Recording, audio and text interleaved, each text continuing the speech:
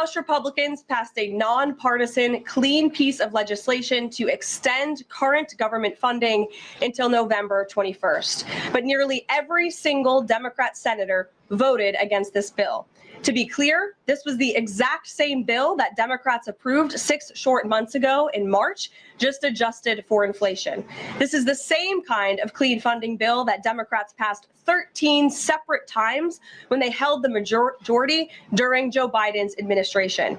So the American people woke up this morning and asked the obvious question: why is the government shut down right now? The answer is pure partisan politics being played by the Democrat Party.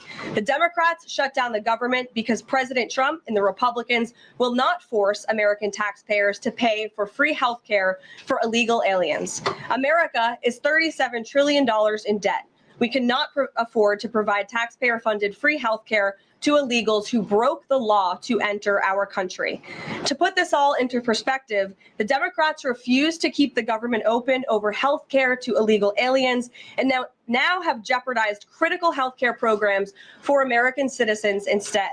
The Women, Infants, and Children program, community health center funding, Medicare treatment options, and other health programs are now all at risk because of the Democrats rejecting the clean CR. The most vulnerable in our country are being punished because the Democrats want to prioritize illegals over American citizens. And if Democrats actually cared about health care, they would applaud the actions taken by President Trump just yesterday in the Oval Office. He took a bold and massively popular action to improve our healthcare system. He announced the first agreement with a major pharmaceutical company, Pfizer, to lower drug costs for Americans. This is a historical achievement long sought by past Democrat presidents that only President Trump was able to get done. Also yesterday, while the Democrats were whining about health care for illegal aliens, President Trump signed a powerful executive order to supercharge American AI innovation and unlock cures for pediatric cancer patients in the United States. While President Trump took action to lower drug prices and improve the lives and the care of American children with cancer, again, Democrats are fighting to give health care benefits to illegal aliens. The Trump administration is fully committed to lowering health care costs and advancing policies that will save American lives. But right now, we need to keep the government open and funded. And individuals and organizations across the political spectrum, across the country, agree with the Trump administration and Republicans. The labor union leader, the Teamsters, Sean O'Brien, sent a very blunt message to Democrats over their destructive antics. He said American workers are not bargaining chips. Senators need to stop screwing around and pass the House-passed clean short-term funding bill. The U.S. Chamber of Commerce, the world's largest business organization, called to immediately pass the Republican clean CR, saying, quote, shutdowns are harmful to the economy, the American people, and our national security. And even Democrat Senators Cortez Masto and Fetterman acknowledged that their party is betraying the American people with this costly and chaotic Democrat shutdown. Enough is enough. Democrats need to stop sabotaging our country and holding the American people hostage in the country. Democrats need to do their jobs. The American people want the government reopened, and this is proven in a New York Times poll showing that 2 in 3 Americans say the government should not be shut down by the Democrats, even if their absurd demands are not met. The president and Republicans are working very hard to reopen the federal government. The vice president here has been crucial in this effort. We encourage all Americans across the country, call your Democrat senators and encourage them to reopen the government. That's what President Trump and the vice president want to do. And with that, I will turn it over to our great vice president, JD Vance. Great. Well, thank you, Caroline, and good afternoon to everybody, and good afternoon to everybody who's watching at home.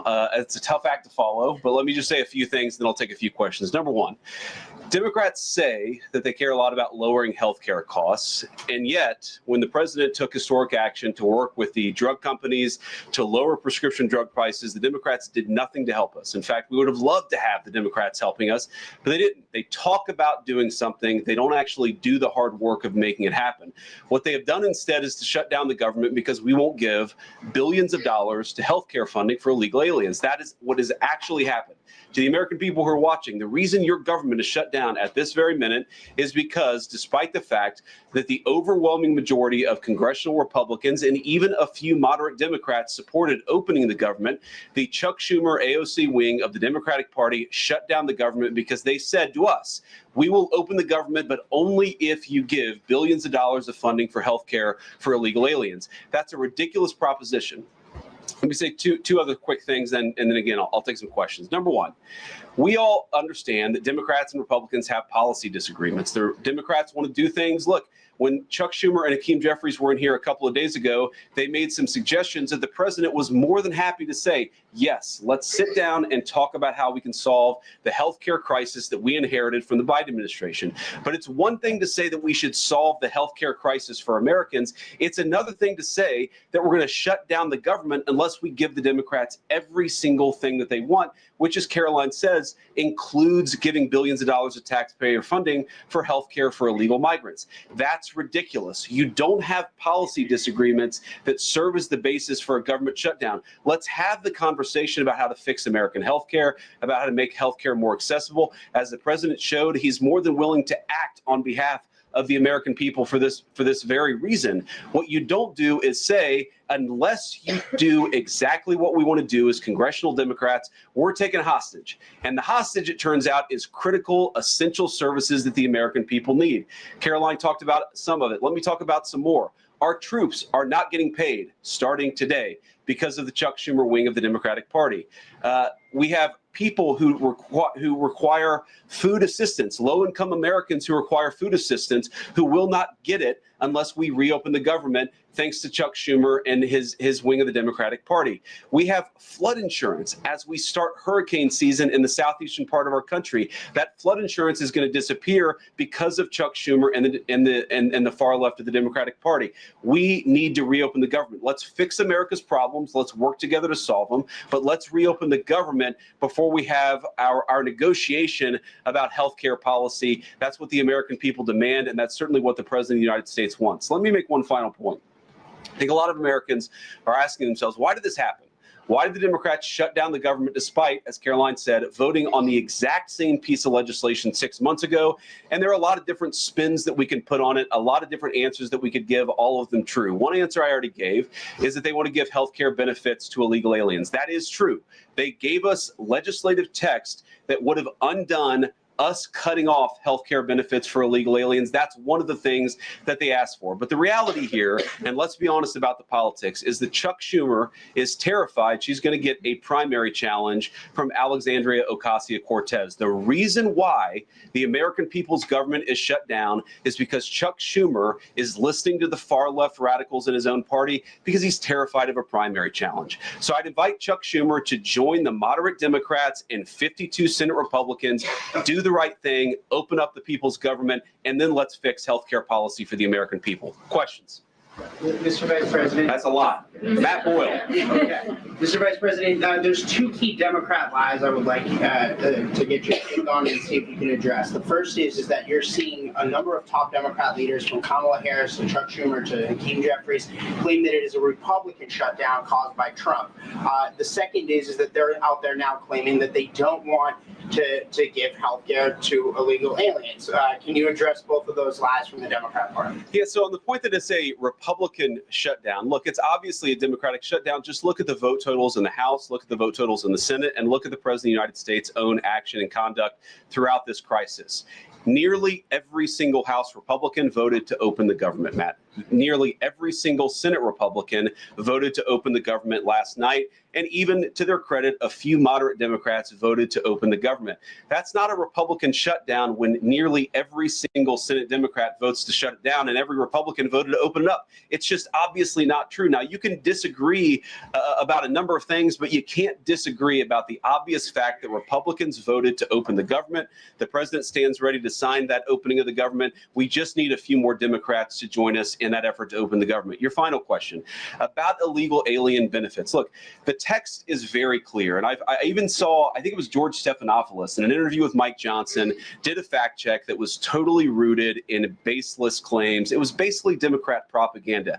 If you look at the legislative text that they gave us, they tried to turn on two separate provisions that would give health care benefits to illegal aliens. Number one, if you're an American citizen, you've been to a hospital in the last few years, you probably noticed that wait times are especially large, and very often somebody who's there in the emergency room waiting is an illegal alien, very often a person who can't even speak English. Why do those people get healthcare benefits at hospitals paid for by American citizens? The answer is a decision made by the Biden administration that the Trump administration, working with congressional Republicans, undid. We turned off that money spigot to healthcare funding for illegal aliens. The Democrats, in their legislative text, want to turn it back on. That's one thing. The second thing, Matt, is we all know that there are various ways in which the Biden administration waived away illegal immigration status. They gave parolees, they gave asylum claims to people who weren't really claiming asylum.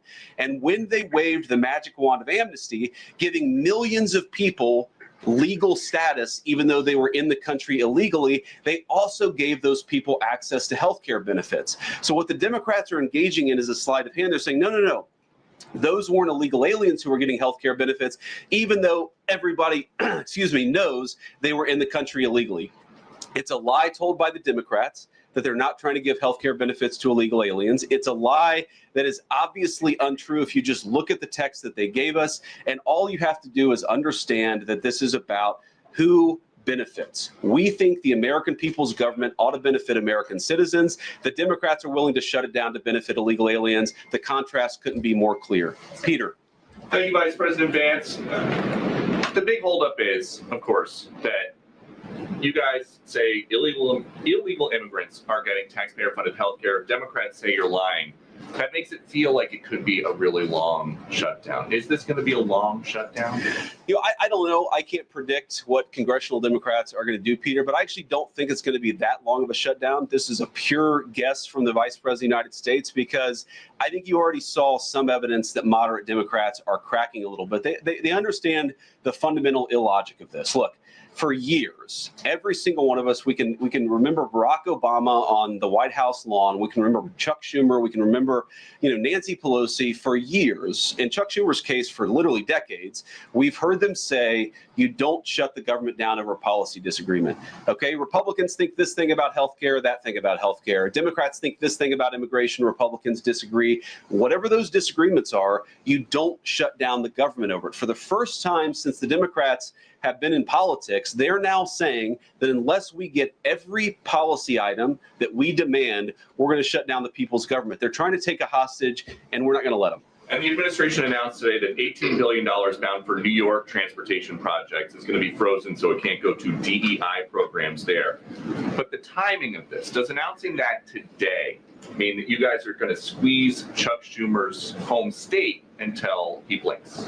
Look, I haven't talked to Russ about this morning, but look, I'm sure that Russ is heartbroken about the fact that he's unable to give certain things to certain constituencies.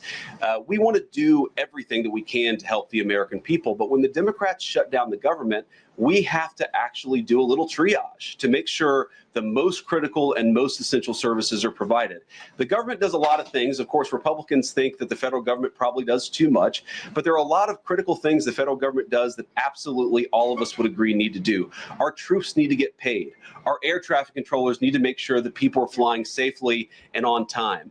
We need low-income people to be able to access the food services that are provided by the federal government. There are critical things that need to be saved. We're going to do everything that we can over the coming weeks, if the shutdown lasts that long, to ensure that people get the essential services that they need, despite the fact that Chuck Schumer has shut down the federal government. It's not going to be perfect because we are in a government shutdown. We are going to have to lay some people off if the shutdown continues. We don't like that. We don't necessarily want to do it, but we're going to do what we have to keep the American people's essential services continuing to run. Thank you. Yeah. Thank you. Mr. Vice President, and thank you for being here. Yesterday, President Trump said, as a result of the shutdown, we'll be laying off a lot of people that are going to be very affected, and the Democrats, they are going to be Democrats. Has the administration asked agencies to target federal workers who they believe to be Democrats in these reductions of forces? We're not targeting federal agencies based on politics. We're targeting the people's government so that as much as possible of the essential services can continue to function. That is the question the president has asked the entire government, is fundamentally, okay, we're in a shutdown. That causes some problems. The troops aren't getting paid. There's nothing that we can do about that while the government is shut down. But there are essential services that we want to make sure as much as possible they still continue to function. That is the principle that's driving us forward during this shutdown. It's going to continue to be the principle that drives us forward. But let's be honest, if this thing drags on for another few days or God forbid another few weeks, we are going to have to lay people off. We're going to have to save money in some places so the essential services don't get turned off in other places. That is the reality of the government shutdown that Chuck Schumer and the Democrats have foisted upon the administration. So what did he mean by they're going to be Democrats? He said they're going to be Democrats. You've laid out a lot of the pain and problems that would come with a Democratic shutdown, and yet in the Oval Office yesterday, the president said that a lot of good could come from a shutdown. So square that circle. Which is it, a Democratic-caused crisis or a Republican opportunity for reform? Well, I think all the president is saying, Phil, is that he wants to make sure the American people's government functions as well as it can, despite the fact that we're in a shutdown. We're going to have to make things work. And that means that we're going to have to triage some certain things. That means certain people are going to have to get laid off. And we're going to try to make sure that the American people suffer as little as possible from this shutdown. That's what the president is saying, is that, yes, this is a bad thing. Obviously, the president is trying to reopen the government, but we're going to make things work as well as we possibly can, given the constraints that we have. And then all those policy differences for the discussion and the negotiations to come later. During the Biden administration, Democrats twice voted to expand these Affordable Care Act tax credits. But those were supposed to be temporary, and they were slated to expire at the end of the year. As you sort of crack the door open to negotiation at a later date, would the party that ran on defunding Obamacare really negotiate about potentially expanding Obamacare? Well, Phil, what we've said to the Democrats is that we're willing to have a conversation about how to ensure that Americans continue to have access to health care. And frankly, they should have access to better health care at a lower cost. We inherited a mess of a health care system from the Biden administration. It's why the president has worked so hard on the most favored nation status for prescription drugs. It's why we care so much about lowering the cost of prescriptions and why we're doing everything else. We're willing to have that conversation, but I think it's important to bracket the healthcare policy conversation because it's separate from the government shutdown. We think that we can open the government and then have the conversation about what best healthcare policy to fit the needs of the American people. That's all we're trying to do. That's all we're trying to accomplish. We've got to reopen the government first. Now, Caroline, I don't know how you do this, how you actually choose people, because I don't know 90% of the names in here. Is it just who's the best dressed? Okay, I really like your shirt. Go ahead. Thank you, Mr. Vice President. You are president of the Senate. Can you talk about what you're doing, what the administration is doing to try to get other Senate Democrats to vote to open the government? Yeah, we're talking to a number of our colleagues, Democratic and Republican, in the Senate. I talked to a number of them last night. The president, of course, is talking to them as well. I think there really are two categories of demands that I've seen privately from congressional Democrats. I think on the one hand, those who are negotiating in good faith are saying, look, we just want to make sure that we're able to have a conversation with the administration about some of the critical needs that we see that need to get fixed over the next few months. We recognize it's kind of absurd, and a lot of them will admit in private that it's kind of absurd to shut down the people's government over these disagreements, but just agree to negotiate with us in good faith on these issues. And of course, we're having that conversation with them. Then there's another category, people who say, give us everything we want, or we're going to keep the government shut down. We just write those people off because they're not negotiating in good faith. And frankly, we don't need them. We've already got 3 more Democrats last night than I thought we would get. And I think it's because they recognize the illogic of the position of taking the entire American economy hostage because they don't get their policy priorities. So 3 moderate Democrats joined 52 Republicans last night. We need 5 more in order to reopen the government. And that's really where we're going to focus, is how to get those 5 additional Democrats. Thanks, Mr. Vice President. First 2 questions. Are there plans to meet Democratic leaders again in the coming days, or are you planning on plucking out senators one by one? So that's the whole question?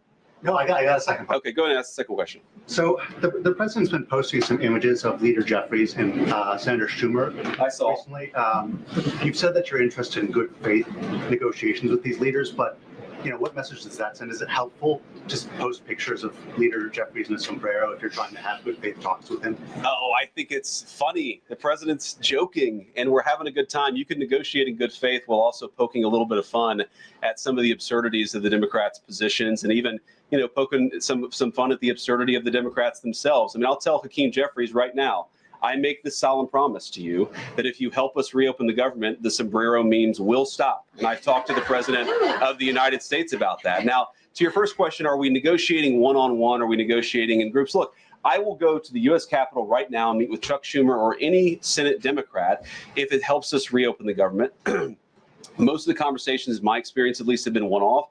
We're also, of course, relying on some of our Senate Republican colleagues who have good relationships across the aisle. We're going to do whatever we have to do is the answer. And I think it's tough to predict what shape this negotiation is going to take over the next few months. But I feel good about the fact that Democrats already realize privately the fundamental irrationality of their position. I hope that they're going to publicly acknowledge it and reopen the government. The guy in the back, yeah. Thank you, Mr. Vice President. You responded to a post on X of Chuck Schumer on the House floor back in 1996, railing against illegal immigrants receiving taxpayer-funded benefits. You said Chuck Schumer once recognized that it was disastrous to give illegal aliens rewards for breaking the law. Now he wants to shut down the government unless we reward illegal aliens for breaking the law. Why has Chuck Schumer changed his stance? That's a good question. Actually, it's a very tough question. Asking me to get in the head of Chuck Schumer is not a place I particularly want to be, but my basic read on it is that the entire Democratic Party, the political leadership, not every Democrat nationwide, but the political leadership of their party has got it into their heads that the only way to be compassionate is to be compassionate to illegal aliens rather than American citizens. If you go back to what Bill Clinton was saying, even Barack Obama in some cases, what he was saying about illegal immigration 10, 15, 20 years ago, you would put them on the MAGA right based purely on their rhetoric around illegal immigration. So I don't know why they've gone so far to the left. I think it's bad for the country. I think it's bad for them politically. But our principle, all I can do is speak for the president that I serve and the country, the administration that I serve right now. We believe that the American people's government exists for the American people. That means the people who have the legal right to be here, and that's why we're fighting to reopen the government. And unfortunately, the Democrats are fighting to shut it down for the benefit of illegal aliens.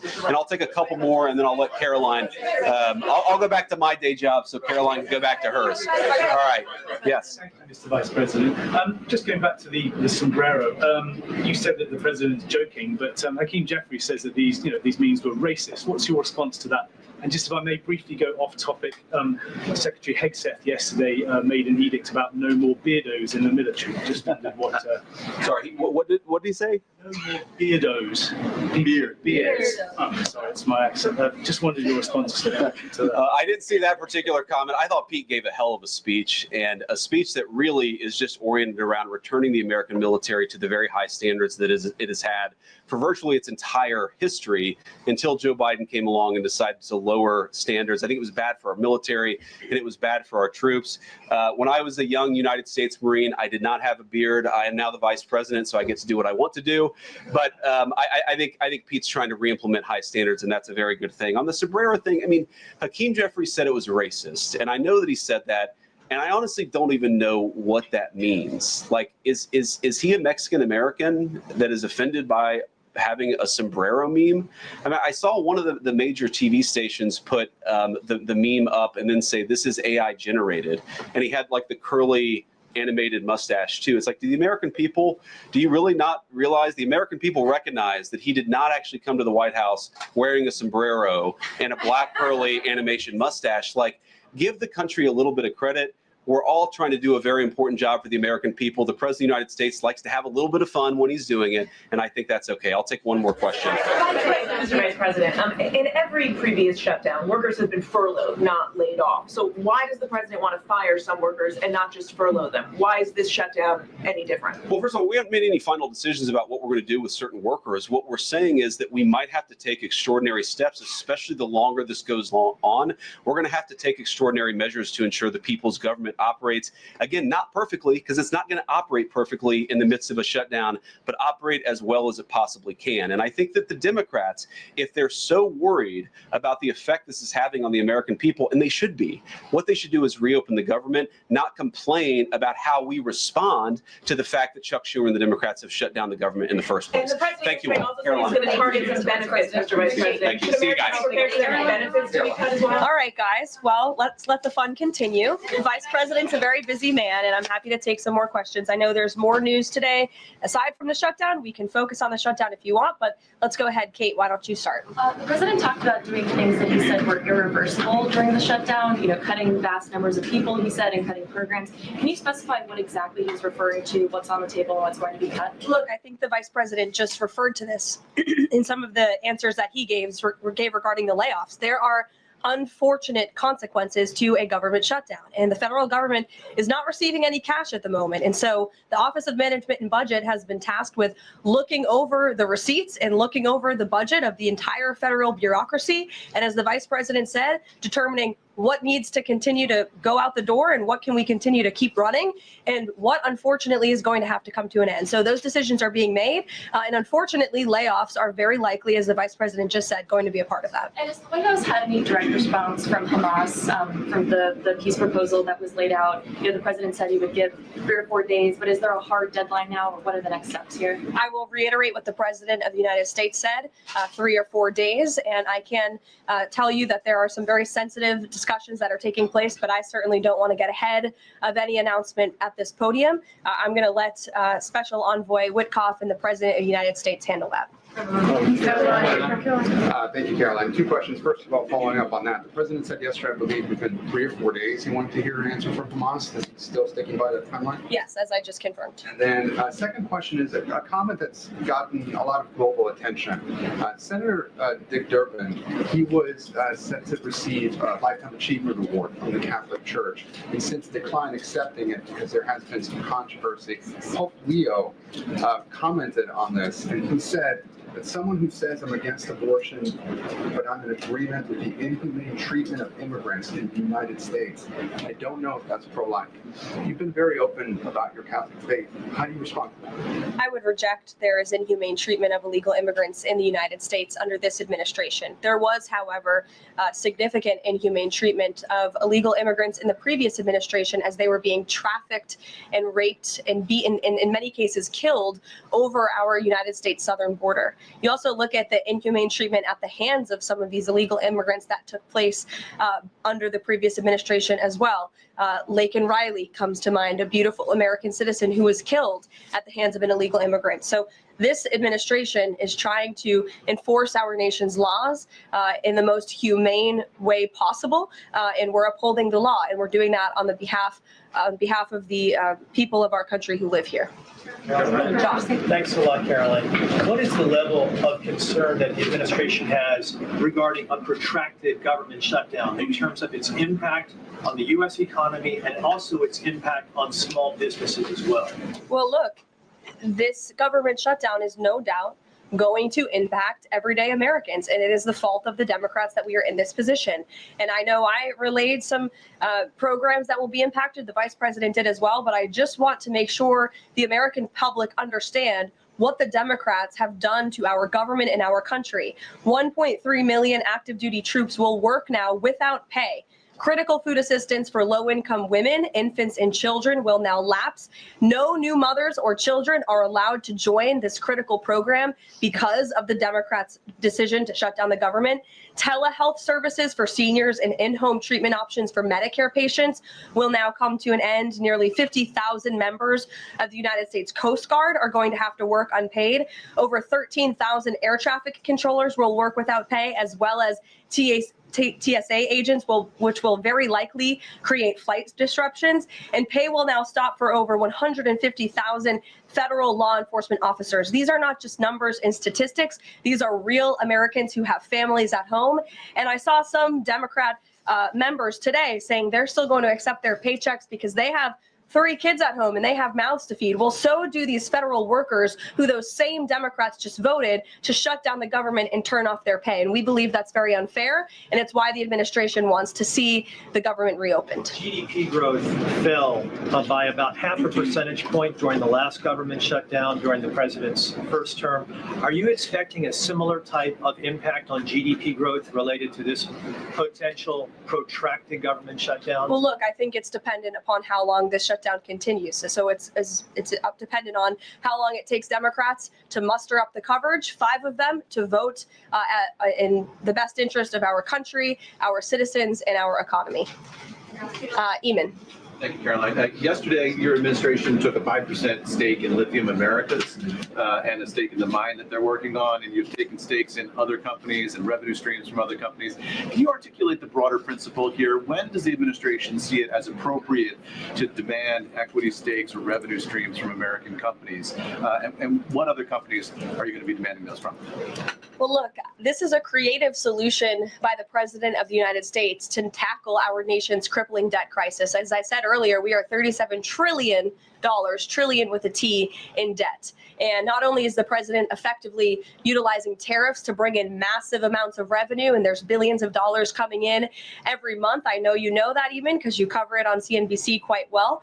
So the president is focused on how can the United States government make more money? How can we make our country wealthy and rich again? And cutting some of these unique creative deals with companies around the world and here at home is just one way the president is seeking to do that. And I know the Department of Energy just announced this new deal. It's another great deal for the American people and our government. And Lisa Cook, Sure, go ahead. Lisa Cook, the Supreme Court said today that she's going to be allowed to stay at the Federal Reserve Board until oral arguments in January. Does the president have any personal reaction to that? This has been something he's been very intent on. Look, we have respect for the Supreme Court, but they're going to hear the actual case and make a determination on the legal argument in January. And we look forward to that because we maintain that she was fired well within the president's legal authority to do so. She was removed from the board, and we look forward to that case being fully played out at the Supreme Court. Reagan. I have one for you on EJ and Tony and one on the shutdown. Sure. CNN reported that Collins Murkowski declined to meet with EJ and Tony, raising concerns that his nomination was in trouble. I'm wondering what message Collins Murkowski are sending to the White House by not meeting with one of the president's nominees. Well, look, EJ Antony remains a great ally of the president and our team. It became clear, unfortunately, that he was not going to have the votes, and so we will be announcing a replacement nominee very soon. And on the shutdown, I'm just wondering how soon you could see cuts to the federal workplace, and if there's a specific agency that will experience the most cuts or be focused. Unfortunately, because the Democrats shut down the government, the president has directed his cabinet, and the Office of Management and Budget is working with agencies across the board to identify where cuts can be made. And we believe that layoffs are imminent. They are, unfortunately, a consequence of this government shutdown. Ed. Thanks, Caroline. So you talk about the layoffs being imminent. Is there a percentage then of reduction that the White House is looking for of workforce? I don't have a specific percentage for you. Can I ask you about China, if I could? So China has not made one soybean purchase this year in the United States. I talked to a farmer yesterday who has about 1,000 acres in Iowa and said this is just killing her. Now, the president has been talking to President Xi. Could China not buying agriculture affect a possible meeting with the president? Would he not meet with Xi because China's refused to buy soybeans from the U.S.? Look, I don't want to speak for the president and make a determination on that from this podium, but what I can tell you is that supporting America's farmers and doing what's best for them is at the top of the president's priority list, and it's at the top of the list for this administration right now. There have been several very high-level meetings on this very topic. We want to help our farmers, and we're exploring the best ways to do that. And I would anticipate there will be more to come on that very soon. You send a message to the Chinese president. Look, I just shared that message. The president wants what's best for America's farmers. Sean. Hey, Caroline. Hi. 2 things to ask you about. Sure. First thing, I want to ask about this video that the president posted the other day. It was an AI deepfake of himself talking about something called med beds. What was he trying to communicate to the public there, and why did he delete it? I think the president saw the video and posted it and then took it down. And he has the right to do that. It's his social media. He's incredibly transparent, as you all know. You hear from him directly on social media. He likes to share memes. He likes to share videos. He likes to repost things that he sees other people post on social media as well. And I think it's quite refreshing that we have a president who is so open and honest directly himself.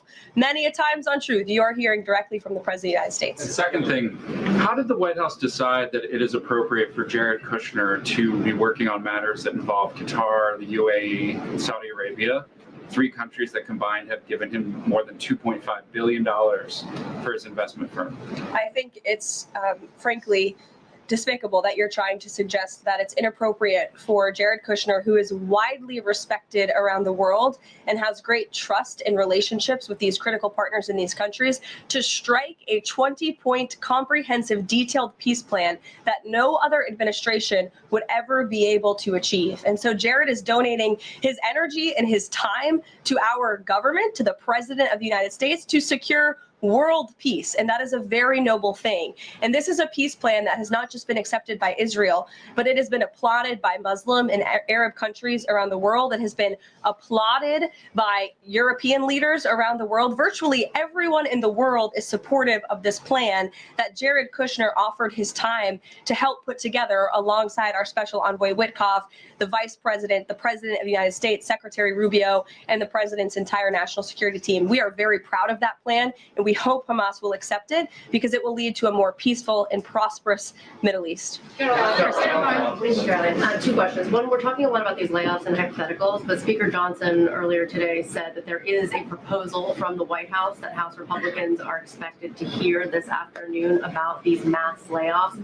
Can you tell us what is in that proposal? What agencies, what programs, what jobs? What he's referring to is a proposal that our Office of Management and Budget Director, Russ Vought, is going to be proposing to the House Republican Conference. He's going to kind of walk them through what this unfortunately is going to look like so they can discuss it with their constituents back home in their respective districts. So I don't want to get ahead of the Office of Management and Budget, but I'm sure you'll be hearing more about that very soon. Look, we have to put a plan in place. It would be irresponsible of us not to take a look at each and every agency and get an understanding of what we're going to have to do moving forward to do the best we can in the midst of this government shutdown. Thanks, Caroline. Just on that point, though, Russ Vought told House members, according to our notice reporting, that RIFs would happen in 2 days. Already, we know that some have been sitting out from the U.S. Patent Office. So I wonder, one, this administration continues to say that they don't want to lay people off, but obviously there is a plan to lay people off. So what is your message to those people who are getting laid off? And then if the government reopens, will those risks reverse? Are they not permanent? If the government opens, specifically, if it reopens pretty quickly? Well, sometimes you have to do things you don't want to do, and it's because the Democrats have put us into this position. If the Democrats did not vote to shut down the government, we would not be standing up here talking about layoffs today. We'd be talking about all the other news stories going on in the world in our country. We'd be talking about all of the great things that this administration is doing to uplift Americans across the country. But unfortunately, the Vice President of the United States and I have to come out here today to talk about a government shutdown that the Democrats put us in this position. And a second question. Thanks, Caroline. I'm just trying to clarify the timing of these potential layoffs to federal workers. You said imminent. The Vice President seemed to say in a couple of days. It looks like Russ Vought maybe said in 2 days. When would these layoffs begin? 2 days, imminent, very soon. You will expect more announcements right now. Is it just not clear, or are you waiting? No, it's not unclear. All of those things are very synonymous with one another. These rifts are unfortunately going to happen very soon. It'll definitely Caroline, we've been talking about the Affordable Care Act, enhanced premium tax credits, and sort of the politics of it all, right? But this is a very real, tangible impact that American people will feel. The Kaiser Family Foundation says that with the ACA enhanced premium tax credits, without them, premiums will go up 114% on average. 19 million of the 24 million people who rely on the coverage are in states that President Trump won. Is he concerned what will happen to those families if this tax credit expires? And aside from the shutdown, is there a plan to keep those premiums down? Look, as the vice president just said, we are more than happy to have this conversation. The president and the vice president and this team are more than happy to have that conversation with Republicans and Democrats on Capitol Hill, but it cannot happen right now. Right now, we need to reopen the United States federal government because people are going without pay. You have thousands of federal workers who have to show up to work and not get paid, and that's an unfortunate situation the Democrats have put us in. Then we can discuss this very important issue of healthcare that the president absolutely wants to fix. As I mentioned yesterday, he took but those premiums do not expire until the end of the year. It's October 1st right now. And so we have a few months to have that conversation. And it's irresponsible of the Democrat Party to try to convince the American people that that conversation has to happen right now. No, what needs to happen right now is the reopening of the United States federal government. And then this administration will be happy to work with Democrats in good faith to come to a policy determination. But one red line the government has already made clear, this administration has already made clear,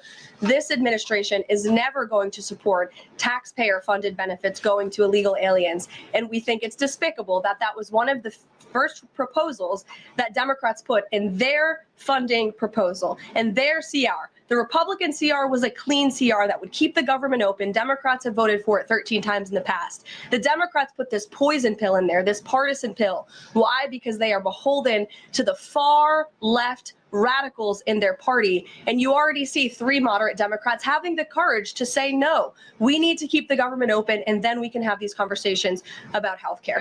Mary. Caroline, I just want to circle back to something the Vice President said about Ocasio-Cortez. I'm actually surprised it didn't come up sooner. So if Schumer is catering to the demands of Ocasio-Cortez, can you share whether the White House views this as cracks in Schumer's leadership? And would the Vice President be open to meeting with someone like her if she is assuming this role in the Democratic Party? I'll let the Vice President speak on that himself. I think that certainly Senator Schumer was not expecting 3 moderates to break with him last night. In fact, last night you heard Senator Schumer say he can't guarantee that he will be able to hold his caucus together. And so again, we encourage Democrats to have the courage to do the right thing, do what you have done 13 times previously, and vote for this clean continuing resolution to keep the government funded. As for what the Trump administration and President Trump is going to do, we'll continue to be very public that we want the government to be open. And as the Vice President said, we'll continue to work in good faith with anyone on Capitol Hill who wants to do right by the American people. Thank you all so much. We'll see you later. Thank you. Bueno, pues termina la comparecencia de la secretaria de prensa de la Casa Blanca, Caroline Leavitt, que ha dejado bastantes titulares junto al vicepresidente de los Estados Unidos, JD